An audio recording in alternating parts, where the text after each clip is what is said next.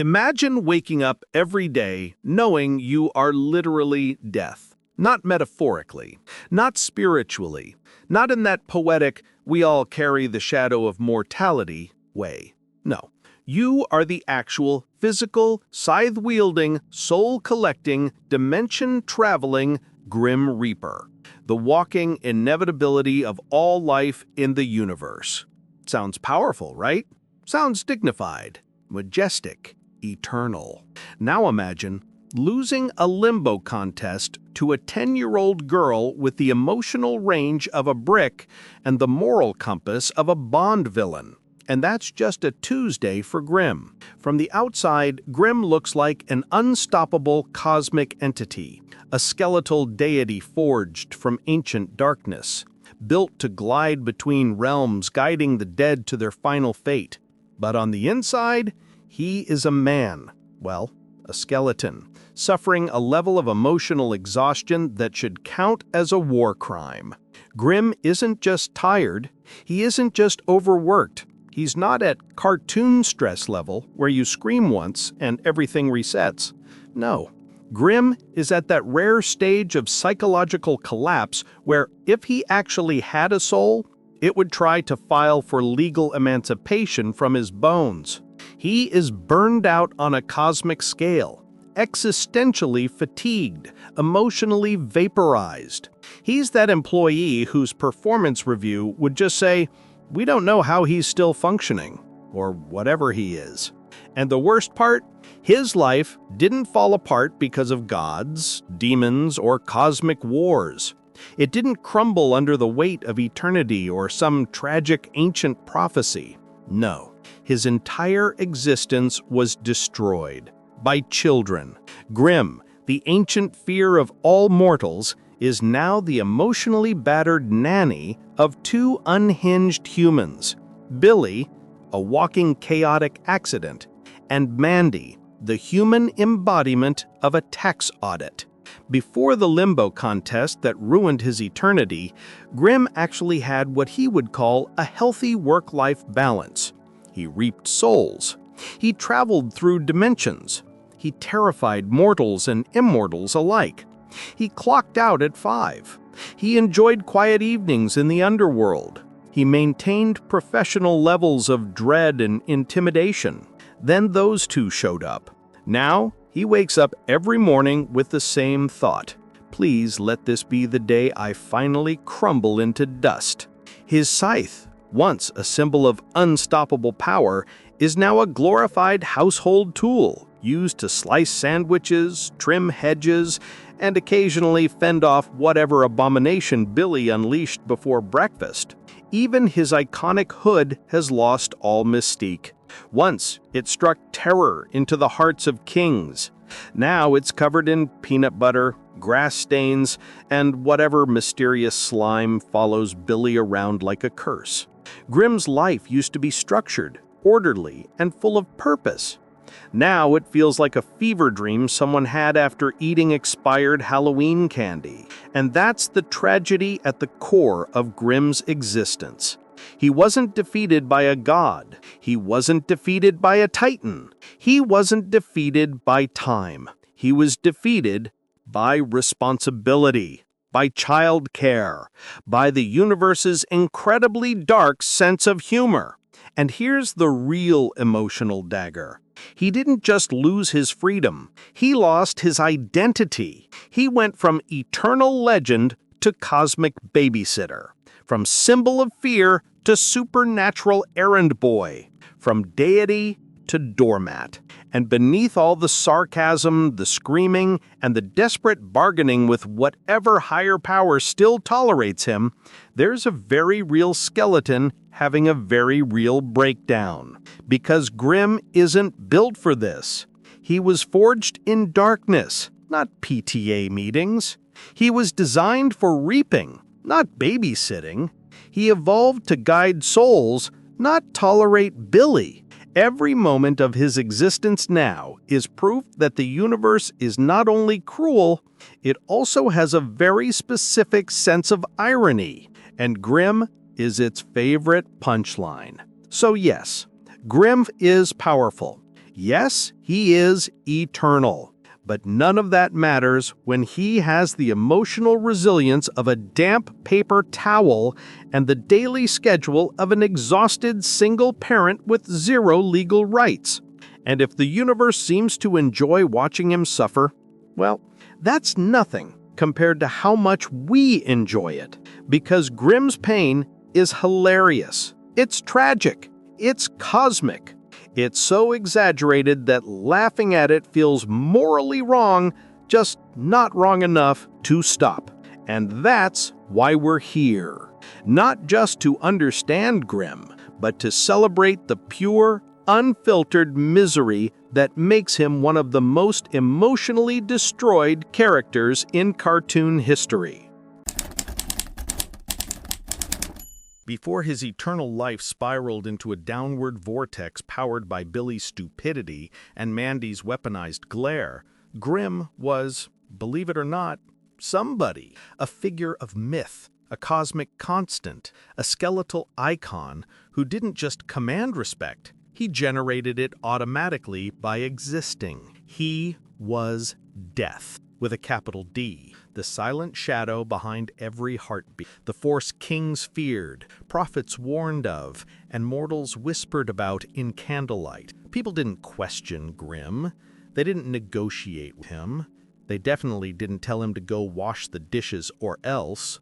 He was the final destination for all living things, the great equalizer, the end of the story. But then he met them, and the universe, being the sadistic comedy writer that it is, decided to strip this once feared figure of everything that made him terrifying and turn him into the emotional equivalent of a burnt matchstick. Before we dive deeper into his humiliation, we need to remember who Grimm used to be, because that contrast is exactly what makes his current misery so painfully funny.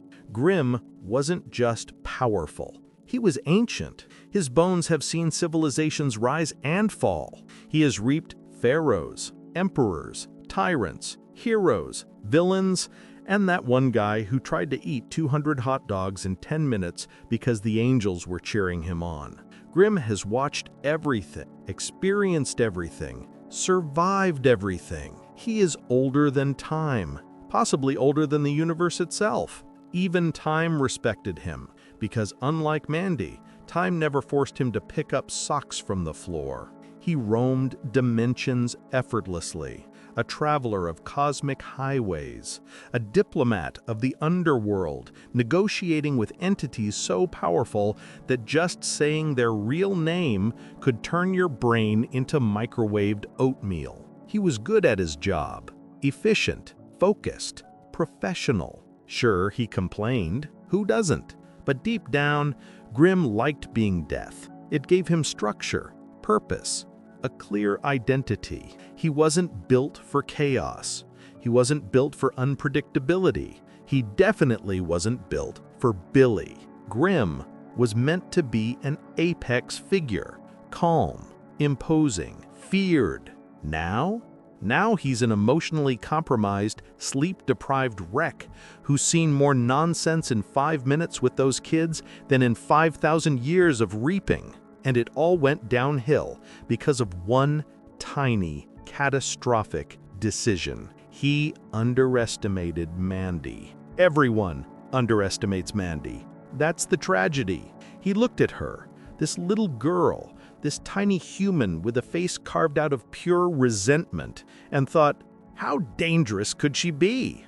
That was the last intelligent thought he ever had. He challenged her. He gambled with a child. He put his entire cosmic destiny on the line over a limbo contest.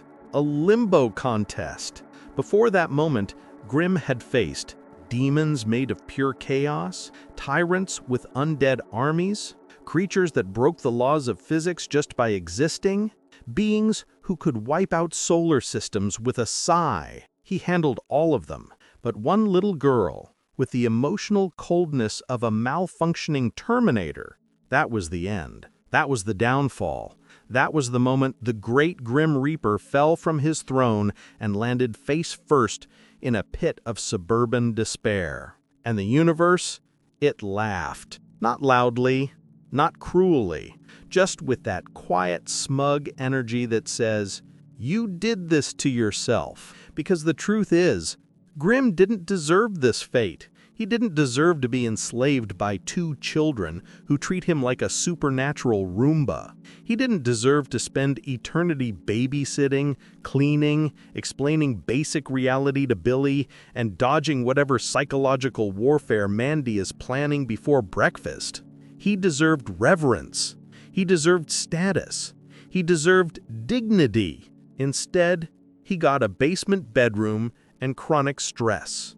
But the beauty of Grim's suffering isn't just how far he fell, it's how far he keeps falling. Every episode, every disaster, every new humiliation is another layer in an emotional lasagna cooked by a depressed god. Because this story isn't just about how Grim lost everything, it's about how he keeps losing more. And that brings us to the real horror of his existence. Being death was easy. Being a servant to 2 unstable children? That's the real hell.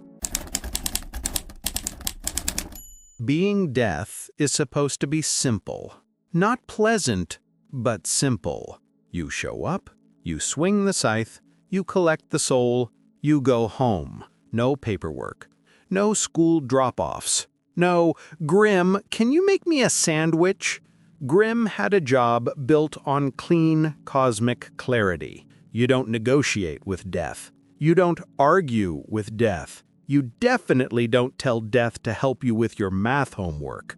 But after that cursed limbo contest, his job description changed from harvester of souls to the much more emotionally unstable full-time reaper, part-time babysitter. Imagine the cognitive dissonance. One minute, Grim is guiding the spirit of a fallen warrior through the gates of eternity. The next, he's unclogging the toilet because Billy tried to flush a sandwich as an experiment. Grim didn't just lose his freedom, he lost any sense of professional boundaries.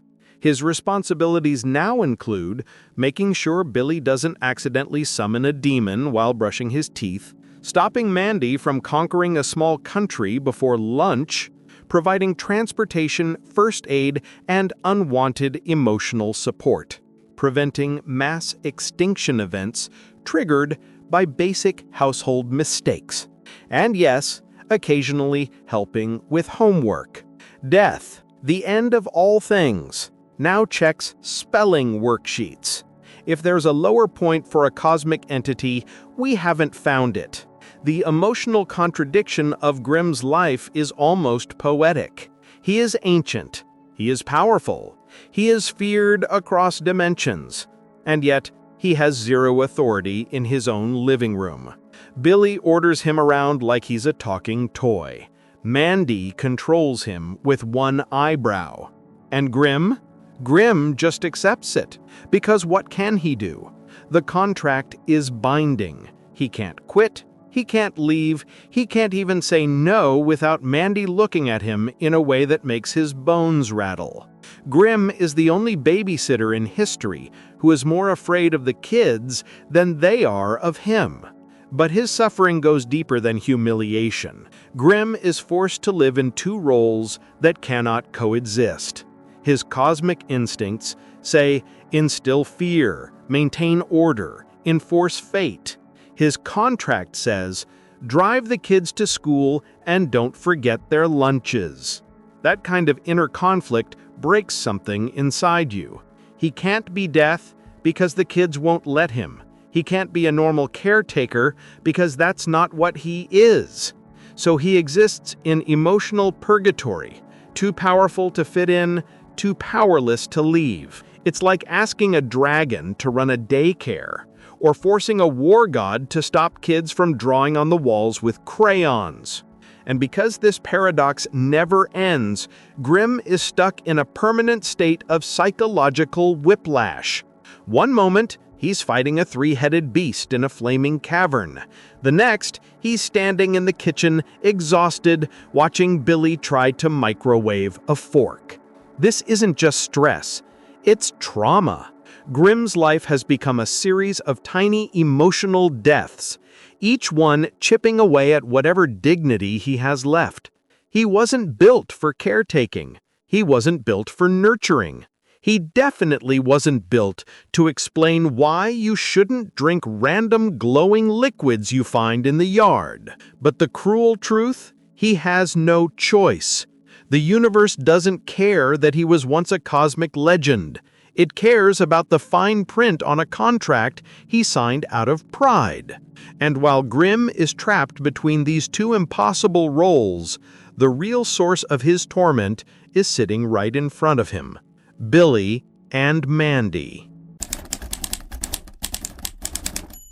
If the universe had a top 10 most unfair fates list, Grimm's life after the limbo contest would sit comfortably near Prometheus chained to a rock and Sisyphus pushing his eternal boulder. Except Grimm's punishment might be worse, because instead of eagles and boulders, his torment comes in the form of two children.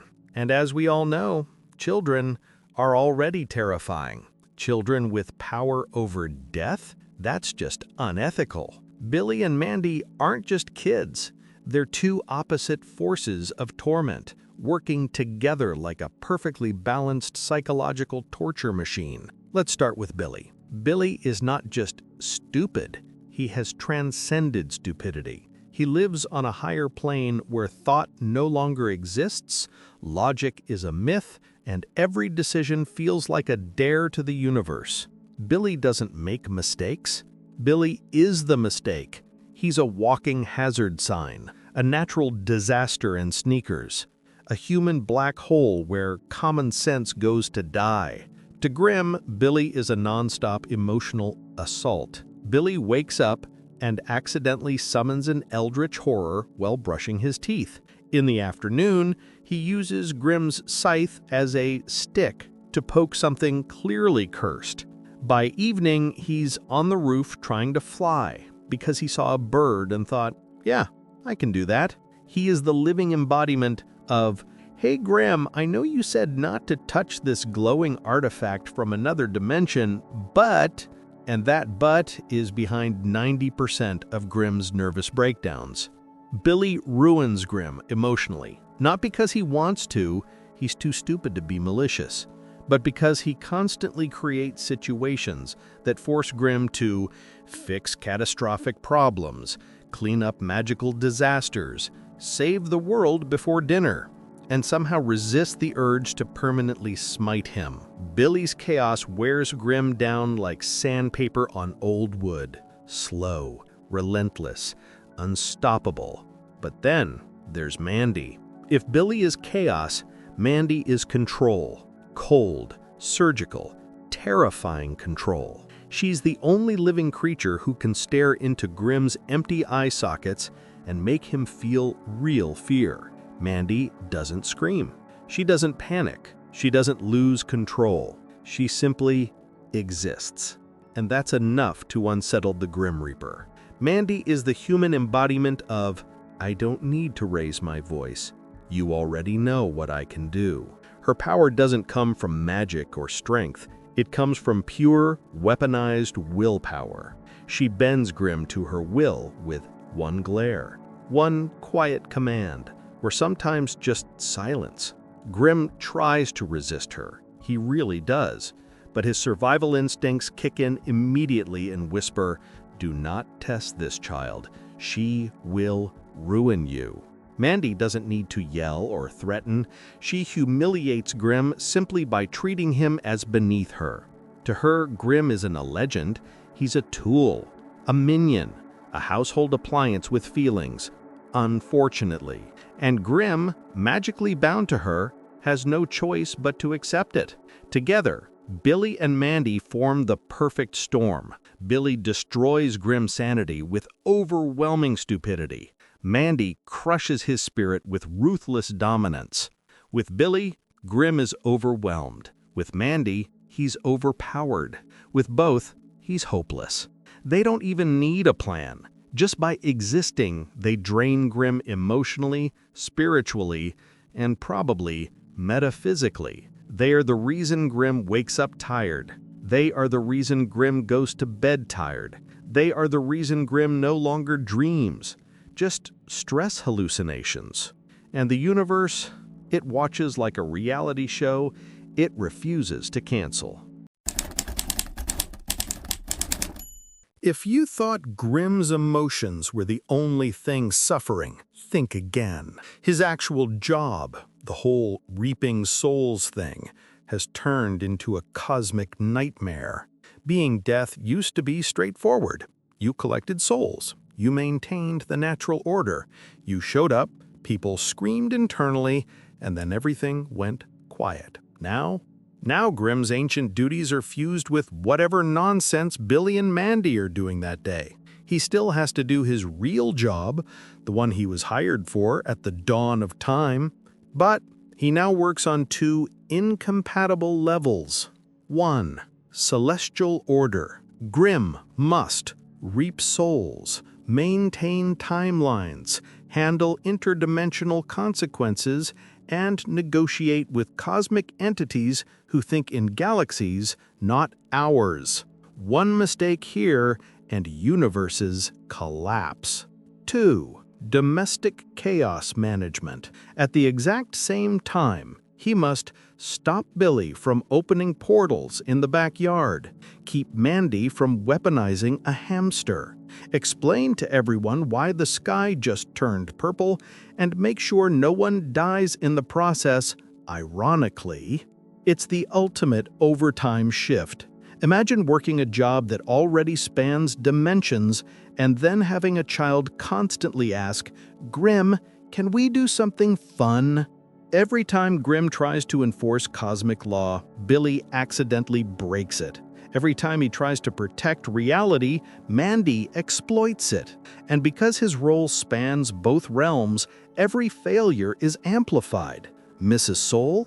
You get haunted. Forget something for the kids? You get Mandy. Ignore either one? The universe punishes you. Grimm's workday never ends. No vacation. No sick days, no HR, just a skeleton, a scythe, 2 children, and infinite stress. He is, simultaneously, an unstoppable force of nature, a terrified employee with impossible deadlines, a therapist for kids who shouldn't have access to magic, and a cosmic janitor. And the worst part? Failure isn't just, oops. Every mistake becomes another reminder that he is no longer feared, respected, or in control, just tired. As if emotional and professional torment weren't enough, the universe also makes sure Grimm suffers on every possible level. Physically, mentally, multidimensionally. Physically, Grimm's body is supposed to inspire terror. Instead, it inspires sympathy. He gets smashed into walls, disassembled, blown up, turned into random objects. A broom, a statue, a vending machine, occasionally something worse. He is thrown, dropped, flattened, and reassembled more times than he can count. Mentally, it's even worse. He is an ancient being trying to make sense of 2 kids who don't care about logic, reason, or the laws of reality. He constantly endures Billy's nonsense, Mandy's ice-cold dominance, magical disasters, blame for things he didn't do, and no one ever asking, "Hey, Grimm, are you okay?" Spoiler, he is not. And then there's the multi-dimensional layer. Grimm deals with rogue spirits, interdimensional entities, cosmic glitches, and beings that hurt his brain just by existing. All of that, while also worrying about what Billy is doing with his scythe. It's a triple threat of misery: physically punished, mentally exhausted, spiritually over it. And yet, somehow, he goes on. Not because he wants to, not because he's strong, but because he literally cannot leave. For all the noise in Grimm's life, the core of his suffering is actually silence. He is completely alone. The dead don't care about his feelings. The living fear or ignore him. The cosmic beings he deals with see him as a function, not a person. And his companions? Billy, too stupid to understand him. Mandy, too cold to care. No one truly listens to Grimm. No one validates his exhaustion.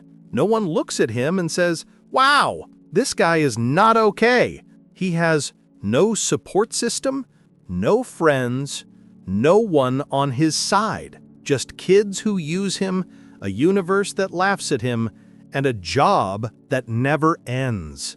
It's not poetic loneliness. It's not sad but beautiful loneliness. It's the kind of crushing isolation where you realize no one will ever fully understand just how miserable you are. And if they did, they'd probably make it worse. So how does Grimm survive? He shouldn't, but he does, thanks to some very unhealthy coping mechanisms. First, sarcasm. Grimm uses sarcasm like armor. Every time Billy does something stupid, every time Mandy orders him around, his only defense is a bitter one-liner. It doesn't fix anything, but it keeps him from screaming. Second, emotional suppression. Grimm doesn't break down. He can't afford to. Instead, he bottles everything up. Every frustration, every humiliation, every tiny failure. He stacks them like dusty files in a cabinet labeled, "Do not open, will cause meltdown." Third, crisis improvisation. Grimm has become a master at solving problems that should not exist. Portal opened in the backyard? Fix it. Reality collapsing because of a wish gone wrong? Patch it. Billy turned the neighborhood into zombies? Undo it before dinner. Not because he's heroic, but because he's trapped. Fourth, dark humor. Grimm has learned to laugh at his own misery, because if he doesn't, he might actually shatter.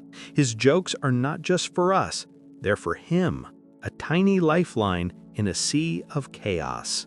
But these coping mechanisms are temporary. Each day, Billy and Mandy push him past his limits again. Each episode, the universe strips away another layer of stability. And yet, he's still here. And that's why Grimm is so compelling. He is the most powerful being in the show and also the most broken. Grimm's life isn't just rough, it is emotionally unbearable. Every part of his existence is designed to erode him. He's forced to do a job he once loved in conditions he hates, obey children who don't respect him, endure humiliation on every scale, cosmic and domestic. He has lost his status, his dignity, his identity. He is constantly reminded that the universe doesn't care about fairness. The contrast is what hurts the most. He was feared. He was respected. He was legendary. Now he's a punchline. And yet, in that suffering, there's something strangely powerful. Because Grimm doesn't give up. He doesn't win, but he doesn't stop either. His existence becomes a dark, absurd portrait of survival. Life can be unfair. The universe can be cruel. Everything can be stacked against you. And still, you keep going. So, why do we laugh at Grimm? Why is watching him suffer so entertaining? Because his misery is exaggerated to the point of absurdity. He is all-powerful, but powerless at home. He's ancient, but constantly bossed around by children. He's death itself, treated like a household appliance. The contrast is comedic gold. Every time Billy breaks reality, every time Mandy emotionally crushes him, every time Grim gets turned into a broom, it's tragic, but it's also really, really funny. We laugh because it's so over the top that it becomes safe to laugh at. We laugh because his suffering is a cartoon version of something real, feeling trapped, feeling overworked, feeling misunderstood, feeling like the universe is messing with you on purpose. Grim takes all of that and dials it up to 11. So, the next time you see Grim sighing, complaining, or staring blankly into the void while Billy and Mandy cause chaos, remember, that's not just a joke, that's survival. Every sarcastic line, every defeated stare, every exhausted groan is proof that he's still going, somehow. And if you enjoy diving into the tragic, hilarious misery of Grim's existence, hit that like button, subscribe for more deep dives into cartoon suffering, and tell me in the comments, whose life should we destroy, analyze next? Because if there's one thing cartoons have taught us, it's this. The universe is cruel, but watching fictional characters survive it is pure comedy gold.